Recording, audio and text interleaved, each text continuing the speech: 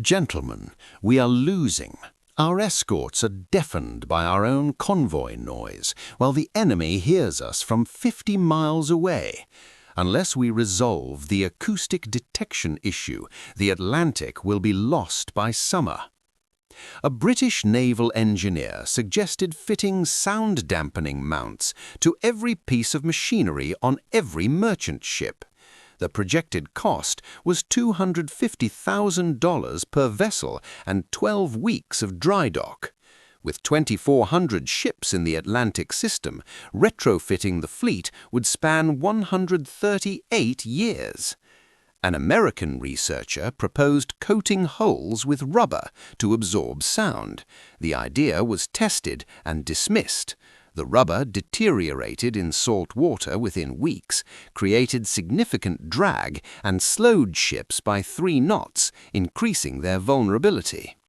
A Canadian engineer suggested redesigned propellers with swept-back blades to minimize cavitation. It was a brilliant concept, but entirely impractical, requiring the retooling of every foundry in North America and the disposal of 14,000 existing propellers. By March 15, 1943, Allied naval leadership accepted a harsh reality. No technological fix existed for convoy acoustic signatures. Merchant ships would continue to broadcast their locations to every U-boat in range. The only remaining plan was to increase escorts and air support, hoping enough ships survived to keep Britain in the fight. However, 800 miles to the west, aboard a Liberty ship battling a North Atlantic storm, a cook was about to invalidate every expert opinion.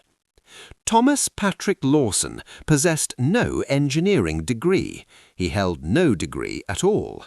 Born in South Boston in 1915, Lawson left school at 14 to provide for his family during the Great Depression.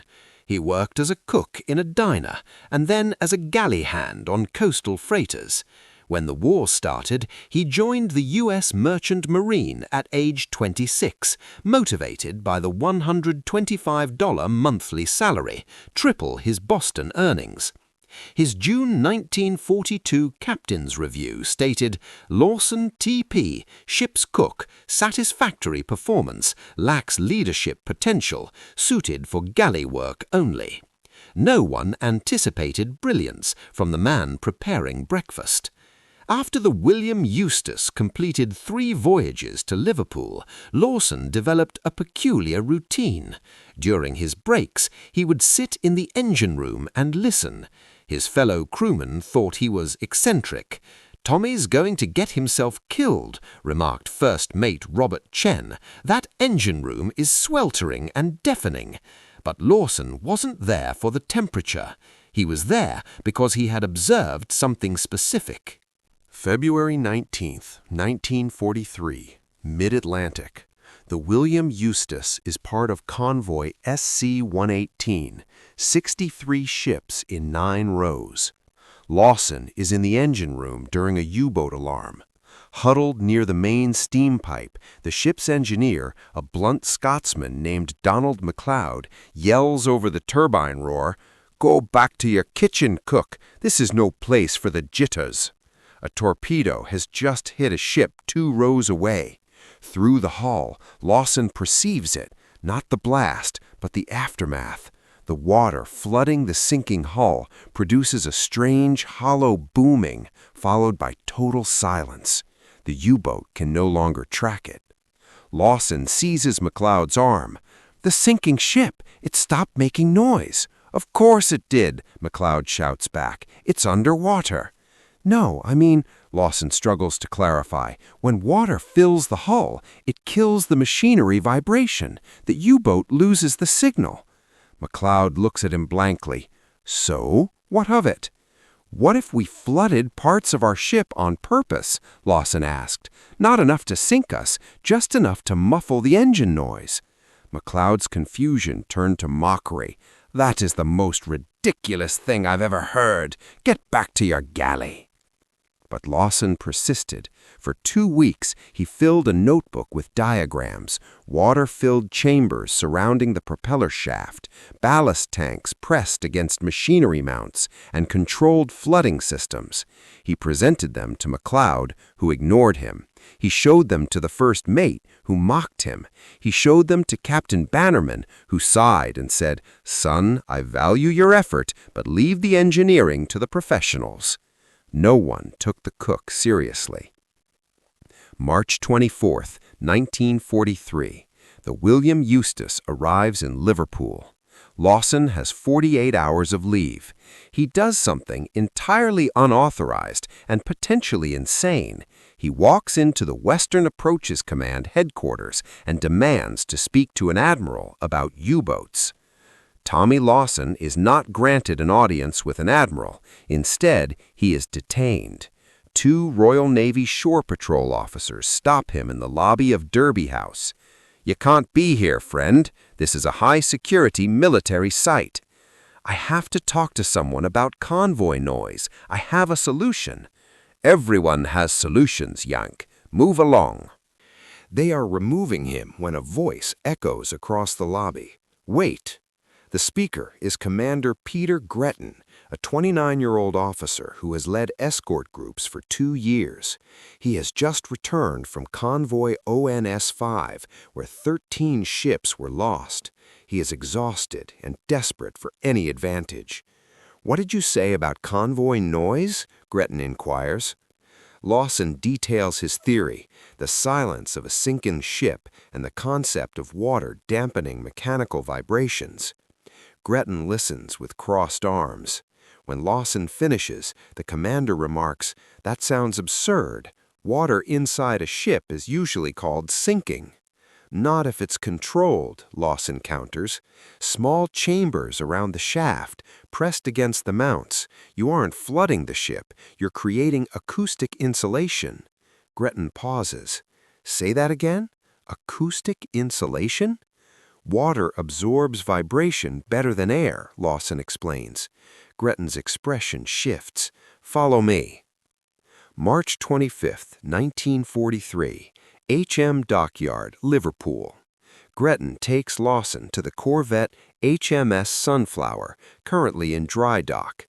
"If this works, and that's a big if, we test it here, quietly." Over 3 days, Lawson, Gretton, and the Sunflower's engineer, Lieutenant James Whitby, construct a prototype. They weld discarded oil drums around the propeller shaft housing and fill them with seawater. They use sandbags to mimic water weight against the engine mounts. It is crude, unsightly, and completely against Royal Navy regulations. March 28, 1943. The first trial begins. Sunflower sails into the Mersey River at low speed. A submarine, HMS Trespasser, participates in the secret test, submerging 500 yards away with active hydrophones. Lawson waits on the deck, anxious. The Trespasser's captain surfaces and signals, "Heard you clearly. Engine noise and propeller cavitation, same as always." A failure. "I told you it was foolish," Whitby grumbles. But Lawson notices a flaw. "We filled the drums in dry dock. They've leaked out through the seams. We need them watertight." Gretton runs a hand through his hair. "If the Admiralty finds out I'm modifying a warship without permission, I'll be court-martialed." "If the Admiralty finds out U-boats are sinking 20 ships a week because we were too proud to listen to a cook," Lawson says softly, "we lose the war." Gretton looks at him. 3 more days, then it's over. They work tirelessly, welding sealed steel chambers and adding water-filled rubber bladders against machinery mounts. They develop what engineers would later term liquid acoustic dampening. April 2nd, 1943. Second test. Sunflower runs at full speed. Trespasser submerges 1,000 yards away. Minutes pass. No signal. Trespasser surfaces. "We lost you at 400 yards, the captain reports. Hydrophones picked up nothing but background ocean noise." Gretton's face pales. Repeat that? At 400 yards, you vanished. Whatever you did, it works. Lawson closes his eyes, his hands trembling. It works. April 3rd, 1943. Admiralty Boardroom, London.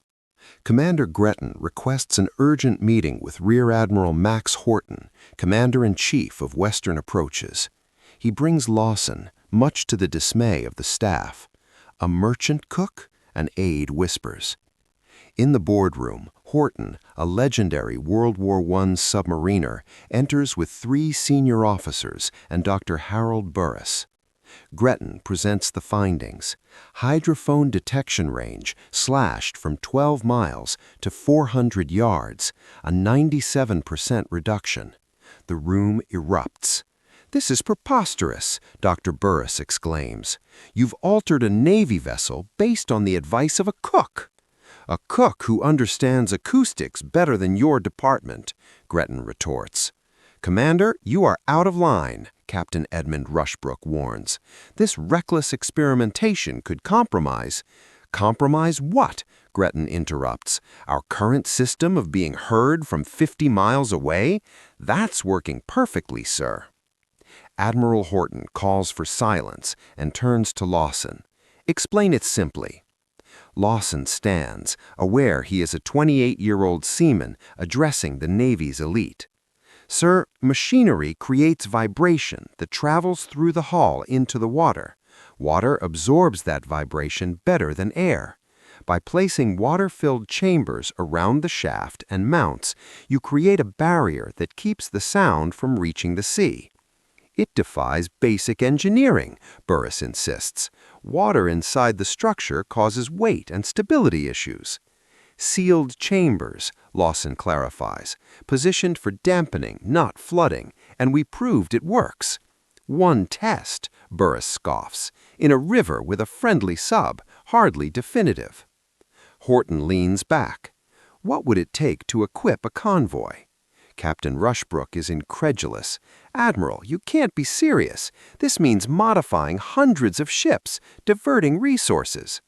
"Based on the fact that we lost 567,000 tons in March because they heard us coming," Gretton interjects. "If we don't change, we lose by autumn."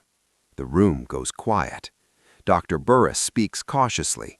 "Even if the concept is sound, implementation is impossible. 2,400 ships? It would take 6 weeks per vessel." "It doesn't take 6 weeks," Lawson says quietly. All eyes turn to him. "The prototype on Sunflower took 3 days. It's not complex. You're welding chambers around existing parts.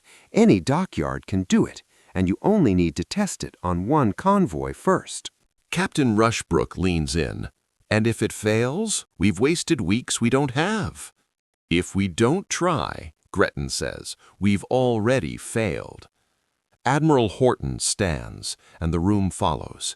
He looks out at the Thames before turning back. "Commander Gretton, you will retrofit 6 ships in convoy ON-184, sailing in 8 days. Mr. Lawson, you will oversee the work. Dr. Burris, you will provide support, even if you find this insane. If it works, we roll it out fleet-wide. If it fails, Gretton, you'll spend the rest of the war on a minesweeper in the Orkneys. Understood?" "Perfectly, sir." Horton looks at Lawson. "I don't know if you're a genius or a madman, but we are desperate. Don't make me regret this." "I won't, sir," Lawson replies. April 11 to 18, 1943. Liverpool Dockyard. 6 ships are modified. SS Daniel Webster, SS James Herod, SS John Davenport, SS Samuel Eliot, SS Benjamin K., and the William Eustace. The process is simple. Steel chambers filled with seawater are welded around the shafts, and rubber bladders are fitted to engine mounts. Total weight added, 18 tons. Installation time, 64 hours per ship.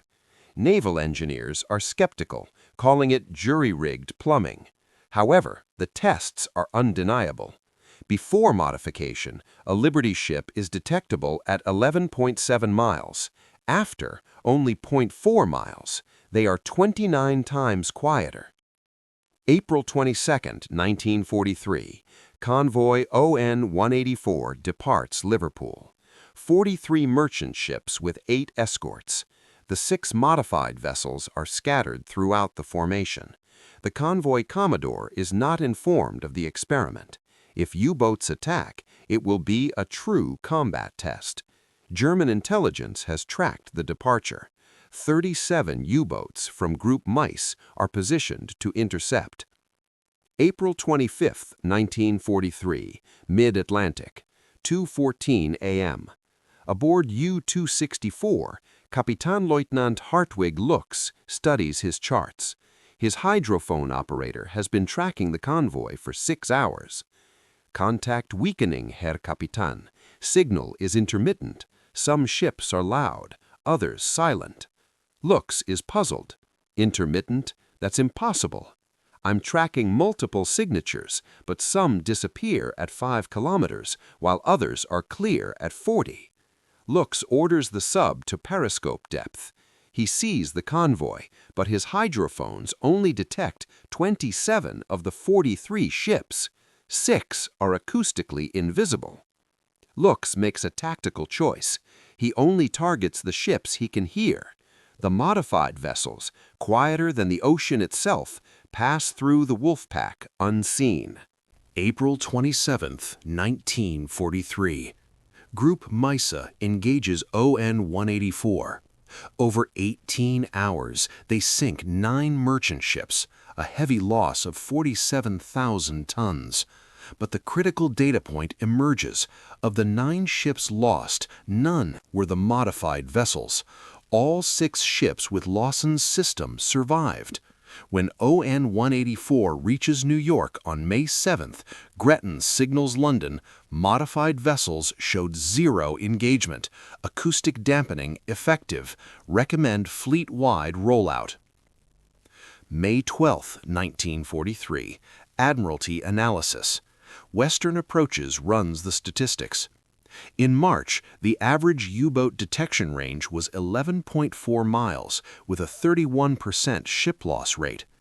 After the implementation of acoustic dampening, May to July 1943, the detection range dropped to 0.6 miles, and the loss rate fell to 4.7%.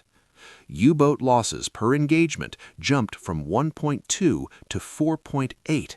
The results are staggering. Ship losses decreased by 85%, while U-boat destruction increased by 400%. Submarines that once heard convoys from 50 miles away now had to get within half a mile, placing them directly in radar and visual range. Wolfpack tactics collapsed. May 24, 1943, Black May. This month becomes a turning point.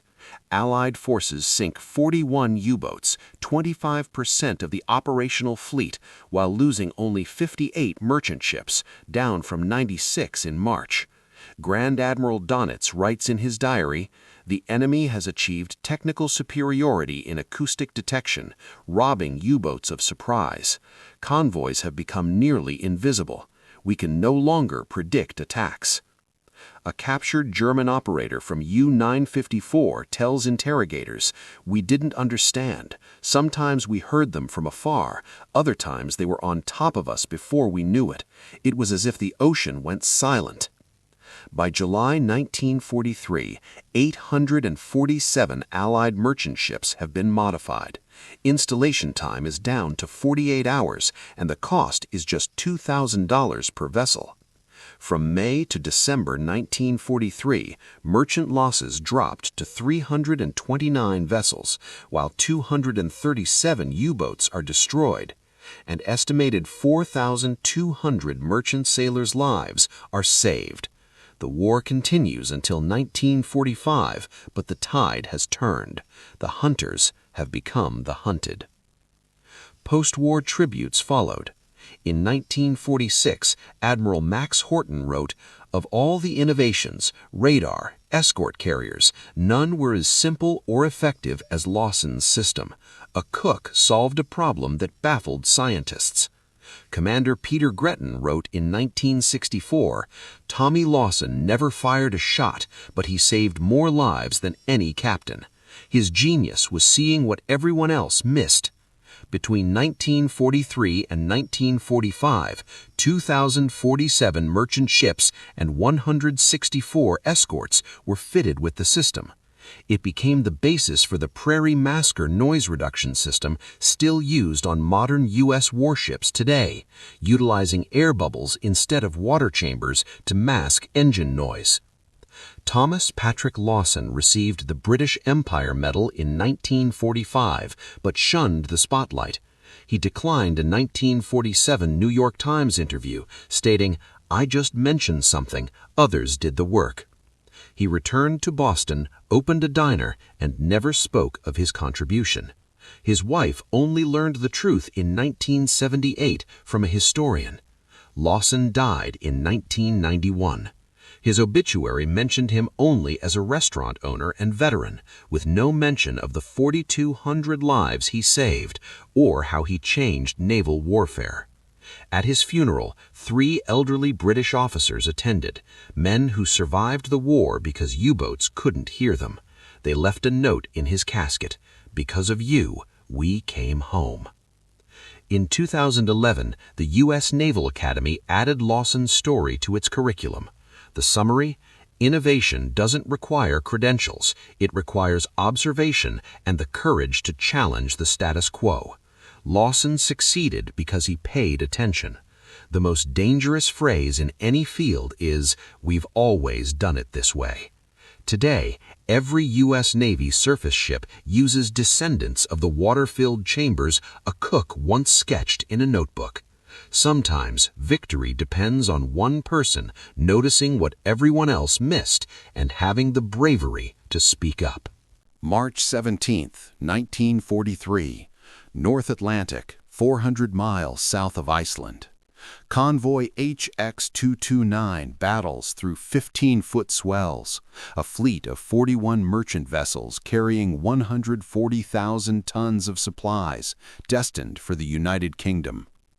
Inside the galley of the SS William Eustace, 28-year-old ship's cook Thomas "Tommy" Lawson cleans tableware as the Liberty ship pitches violently. Above, on the bridge, Captain James Bannerman monitors the horizon through binoculars, fully aware of the looming threat. The U-boats are submerged nearby, listening. Beneath the surface, 600 yards from the convoy's port side, Kapitanleutnant Helmut Monsek commands the control room of U-758. His hydrophone technician presses receivers to his ears. The young German mariner murmurs, "Contact bearing 280, multiple propellers, heavy engine resonance, estimated 40 ships." Monsek grins. Wolfpack units are moving to intercept the fleet. What none of them realize, not Captain Bannerman nor Kapitanleutnant Monsek, is that Tommy Lawson has detected a peculiar detail regarding the underwater acoustics of Liberty ships. It is a discovery that will alter the course of the Battle of the Atlantic.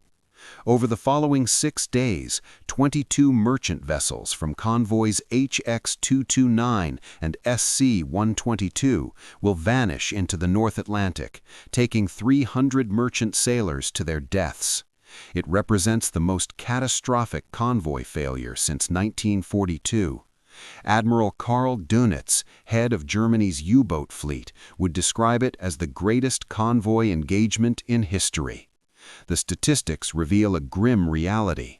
In March 1943, U-boats destroyed 567,000 tons of Allied shipping, surpassing any previous monthly total during the conflict. At this rate of attrition, Britain possesses only 3 months of food reserves. Prime Minister Winston Churchill would later reflect, "The only thing that truly terrified me during the war was the U-boat menace." German hydrophone systems are lethally precise. U-boats can detect convoy propeller sounds from a distance of 80 nautical miles. Single merchant ships reveal their coordinates from up to 12 miles away. This unique acoustic profile, cavitating propellers, mechanical vibrations, and hull resonance, functions as a homing beacon for German torpedoes. Allied escort ships attempt every countermeasure, zigzagging, radio silence, and ASDIC sweeps. None prove effective. The convoys are simply too loud, and the ocean transmits sound for vast distances. U-boats hunting in wolf packs merely remain stationary 400 feet below, monitoring their hydrophones and waiting for the ideal firing solution. What the Allies do not yet understand is that the remedy will originate not from a naval architect or an acoustics expert, but from a merchant marine cook who left school at age 14. Naval Headquarters, Liverpool, England, March 1943. The Western Approaches Command has been engaged with U-boats for 3.5 years. They have exhausted all options. In 1941, the Royal Navy equipped every escort with ASDIC sonar. This active sonar can locate submerged U-boats at 2,500 yards, but only if the target is directly ahead. U-boats adapted by attacking from the rear or the sides, remaining outside the ASDIC detection cone. Furthermore, ASDIC is ineffective against surfaced U-boats attacking under the cover of night, which is the primary tactic of the wolf packs. In 1942, researchers at the Admiralty Research Laboratory pioneered high-frequency direction finding, known as HFDUF, to intercept U-boat radio signals. It is highly effective for pinpointing submarines that break silence. However, once a wolf pack makes contact with a convoy, they cease transmissions and simply listen. Meanwhile, Allied vessels continued to broadcast their positions with every rotation of their propellers. By early 1943, the Royal Navy had invested $8.7 million, equivalent to $560 million today, attempting to mitigate the acoustic signature issue. Professor Patrick Blackett, head of Naval Operational Research, issued a secret report stating, "Merchant ship propeller noise and engine resonance produce underwater noise profiles detectable at vast ranges. Without a complete hull redesign, which is impossible during wartime, convoys will continue to signal their presence to enemy hydrophones." The professional consensus was absolute. A merchant ship could not be made quiet enough to bypass hydrophone detection. Dr. Harold Burris, the Admiralty's primary naval architect, outlined the physics in a February 14, 1943 memorandum. A Liberty ship's propeller turns at 76 RPM under load, moving 2,500 tons of water via a 15-foot diameter blade. The resulting cavitation, bubbles forming and bursting on the blades, creates broadband acoustic noise across frequencies of 1 to 100 kHz. German hydrophones are calibrated specifically for this spectrum. Silencing propeller noise would necessitate a total propulsion overhaul, 6 months of dry dock per ship, and manufacturing resources that do not exist. The consequences could not be more dire. Britain relies on sea routes for 2/3 of its food and all of its petroleum. In March 1943, German U-boats are sinking vessels faster than Allied yards can replace them. Lost tonnage has exceeded new construction for 3 consecutive months. At the Atlantic Convoy Conference in London on March 4, 1943, Rear Admiral Leonard Murray of the Royal Canadian Navy provided a candid report.